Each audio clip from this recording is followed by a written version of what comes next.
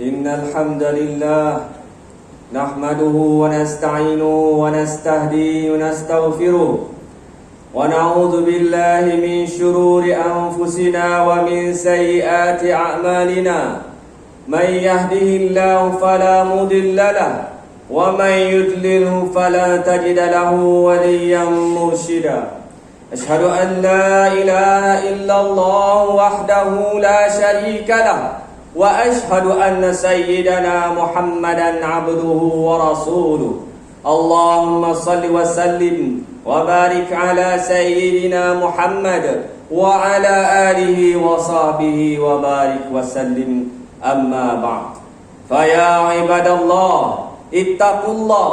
اتقوا الله حق تقاته ولا تموتن إلا وأنتم مسلمون. Sidang jemaah yang dirahmati Allah SWT sekalian, saya berpesan kepada diri saya dan juga tuan-tuan sekalian, marilah kita sama-sama bertakwa kepada Allah Subhanahu Wa Taala dengan sebenar-benar takwa. Mudah-mudahan dengan bekalan takwa tersebut kita akan berjaya, digolongkan di kalangan orang yang berjaya di dunia dan berjaya di akhirat. Hadirin muslimin yang dirahmati Allah SWT sekalian, Allah SWT berfirman, A'udzu billahi minasyaitonir rajim. Wa la tahsabanna alladhina qutilu fi sabilillahi amwata bal ahya'un 'inda rabbihim yurzaqun. Surah Ali Imran. Jangan kamu menyangka orang yang mati di jalan Allah itu mati, bahkan mereka hidup diberi kelebihan di sisi Allah Subhanahu wa taala, diberi rezeki di sisi Allah Subhanahu wa taala. Hadirin sidang jemaah yang dirahmati Allah SWT sekalian, insya-Allah pada hari ini kita akan menyampaikan khutbah yang bertajuk Demimu Palestin. Setelah 7 dasawarsa, bumi Palestin kembali bermandi darah. Berdelan bom kembali memecah keheningan malam. Hujan peluru kembali menghantui seluruh warganya.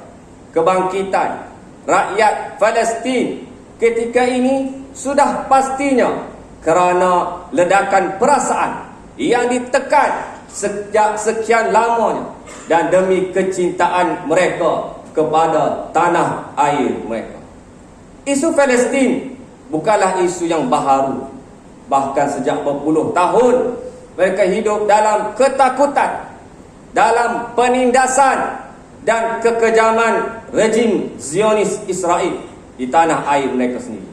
Anak-anak kecil, kaum wanita, orang awam dibunuh sewenang-wenangnya. Mereka tidak mendapat kebebasan, pendidikan, kesihatan dan keperluan hidup dengan sempurna. Kemudahan elektrik, air, bekalan makanan disekat masuk ke Palestin oleh Israel yang disokong oleh kuasa-kuasa besar dunia. Mereka sangat mendambakan kemerdekaan dari cengkaman rejim Zionis yang angkuh dan zalim.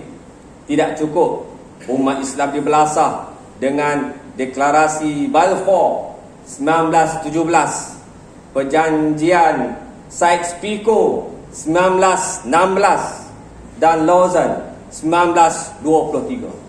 Ada pula negara-negara yang membenarkan pengkalan tentera dan ekonomi asing bertapak dengan sekuat-kuatnya sehingga kemasukan warga barat dimudahkan, manakala urusan saudara seagama dipayahkan, khususnya terhadap rakyat lemah dan miskin yang dipaksa menjadi pelarian kerana kecacauan yang dicetuskan sehingga mereka hanyut di laut atau menjadi peminta sedekah di mana-mana negara Eropah, atau menjadi mangsa yang dimurtadkan di negara barat atau menunggu kematian. Israel telah menjadi bangsa dan negara pengganas sejak dari dahulu lagi.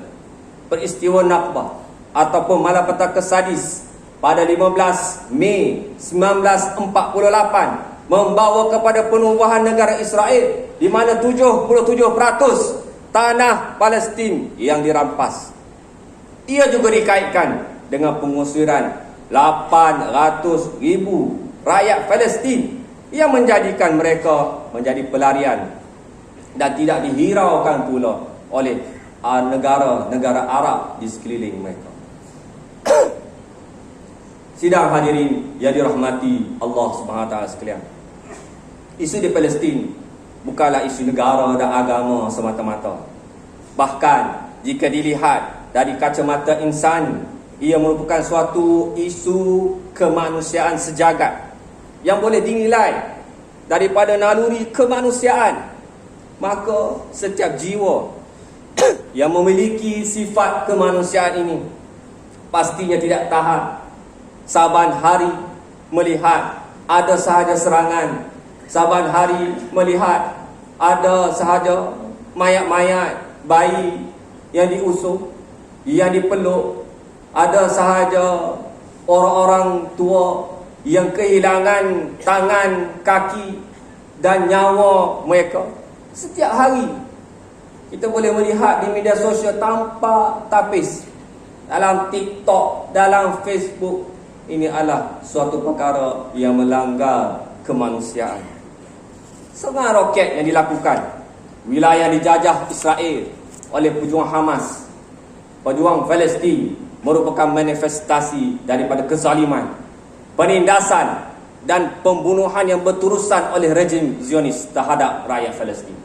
Kecanggihan teknologi ketenteraan yang dimiliki oleh Israel pula bukan penentu kekuatan mereka, kerana mereka tidak dapat mengesan pergerakan dan serangan yang dilakukan.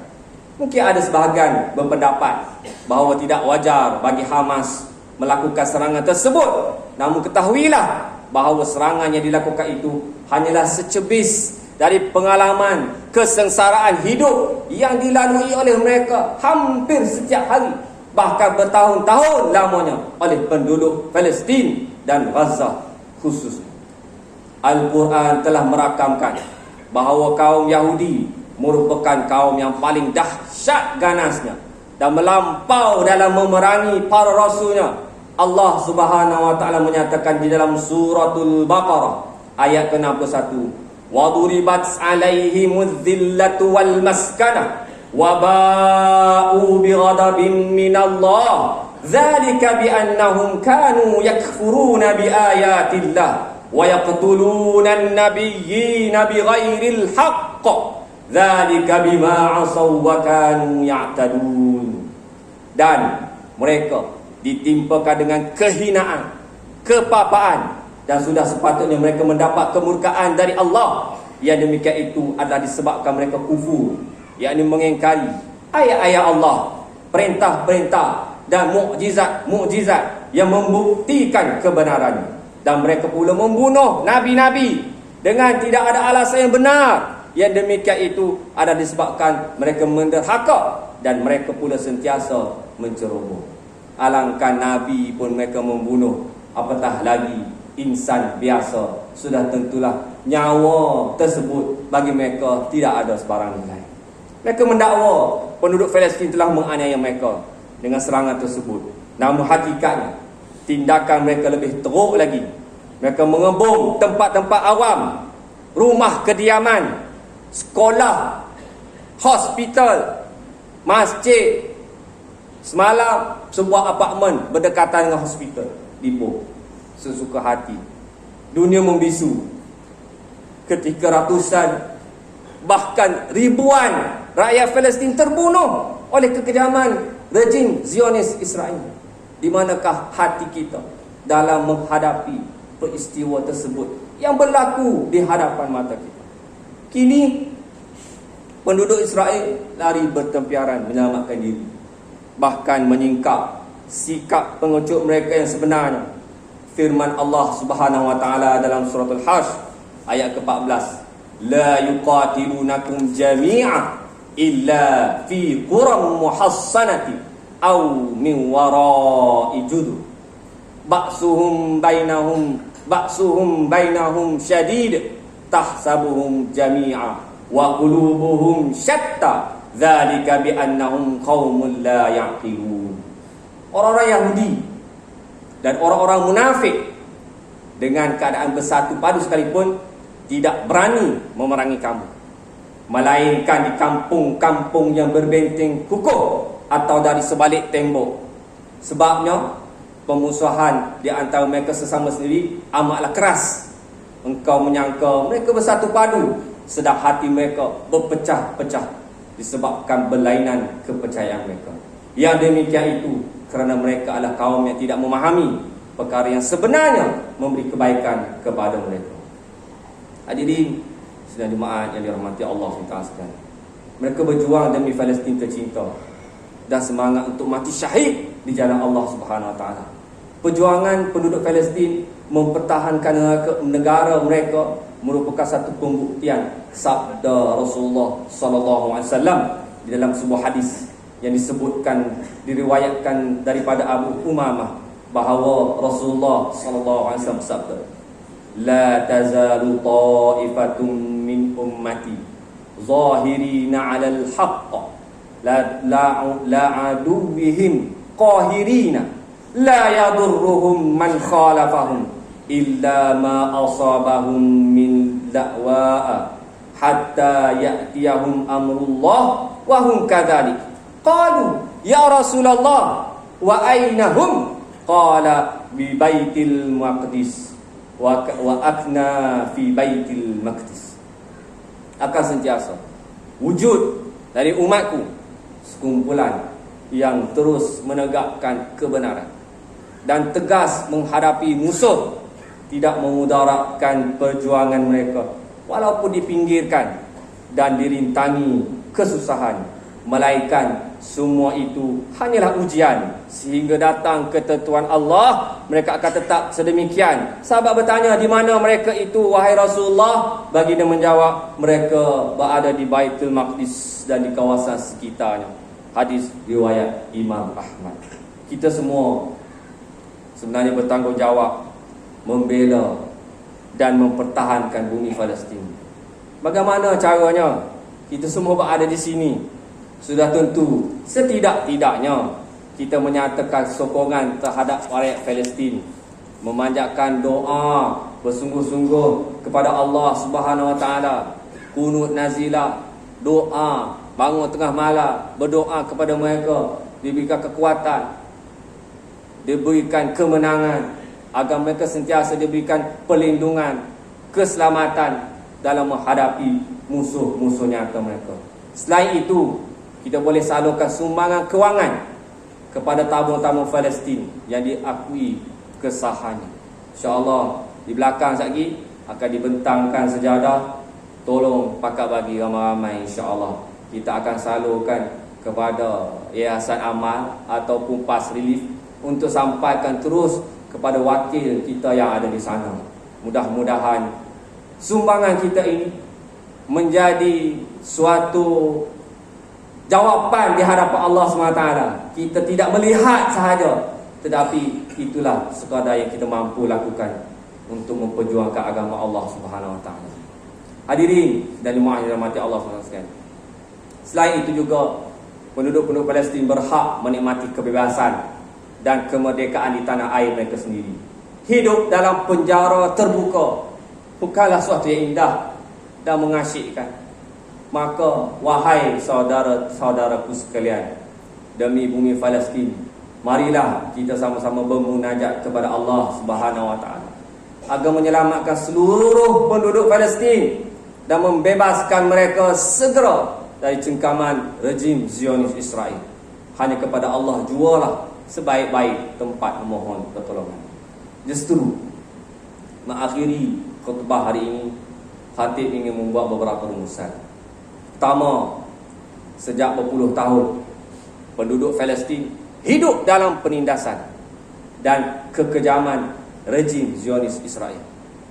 Yang kedua, Al-Quran merakamkan sikap-sikap buruk kaum Yahudi, antaranya sifat pengecut, sikap ganas mereka terhadap bangsa lain, termasuklah tindakan membunuh Nabi utusan Allah Subhanahu Wa Taala. Yang ketiga, kita bertanggungjawab menyatakan pendirian dan sokongan terhadap penduduk Palestin yang bermati-matian mempertahankan, membebaskan negara mereka dari cengkaman rejim Zionis Israel. Kerana mereka berhak mendapatkan kebebasan di tanah air mereka sendiri yang telah dirampas. Renungkanlah satu firman Allah Subhanahu wa taala, "Dzalika wa man aqaba bimithli ma 'uqiba bihi thumma bughiya 'alaihi la yansurannahu Allah. Innallaha la'afuwun ghafur. Dzalika bi anna Allah yulijul laila fin nahar wa yulijun nahara fil lail wa anna Allah sami'un basir." Demikianlah janji balasan Allah yang melimpah-limpah itu. Dan sesiapa yang membalas kejahatan orang sama seperti yang dilakukan kepadanya, kemudian dia dianiaya lagi, demi sesungguhnya Allah akan menolong. La yansurannahu Allah. Allah SWT akan menolong mereka. Dalam pada itu ingatlah, sesungguh Allah Maha Pemaaf, lagi Maha Pengampun. Pertolongan yang dijanjikan Allah tetap berlaku kerana Allah berkuasa. Allah Ta'ala berkuasa menukar ganti sesuatu keadaan sebagaimana kuasanya memasukkan malam ke dalam siang, memasukkan siang ke dalam malam, silih berganti. Ingatlah, sesungguhnya Allah Maha mendengar lagi Maha melihat. Suratul Hajj ayat 60 ke 61. Barakallahu li wa lakum bil Qur'anil azim wa nafa'ani wa iyyakum bima fihi minal ayati wal dzikril hakim. Wa taqabbala minni wa minkum tilawatahu innahu huwas samiul alim. Aqulu qawli hadza wa astaghfirullahal azim li wa lakum wa lisal muslimin wal muslimat wal mu'minina wal mu'minat ahya'i minhum wa amwat. Fastaghfiruhu innahu huwal ghafurur rahim.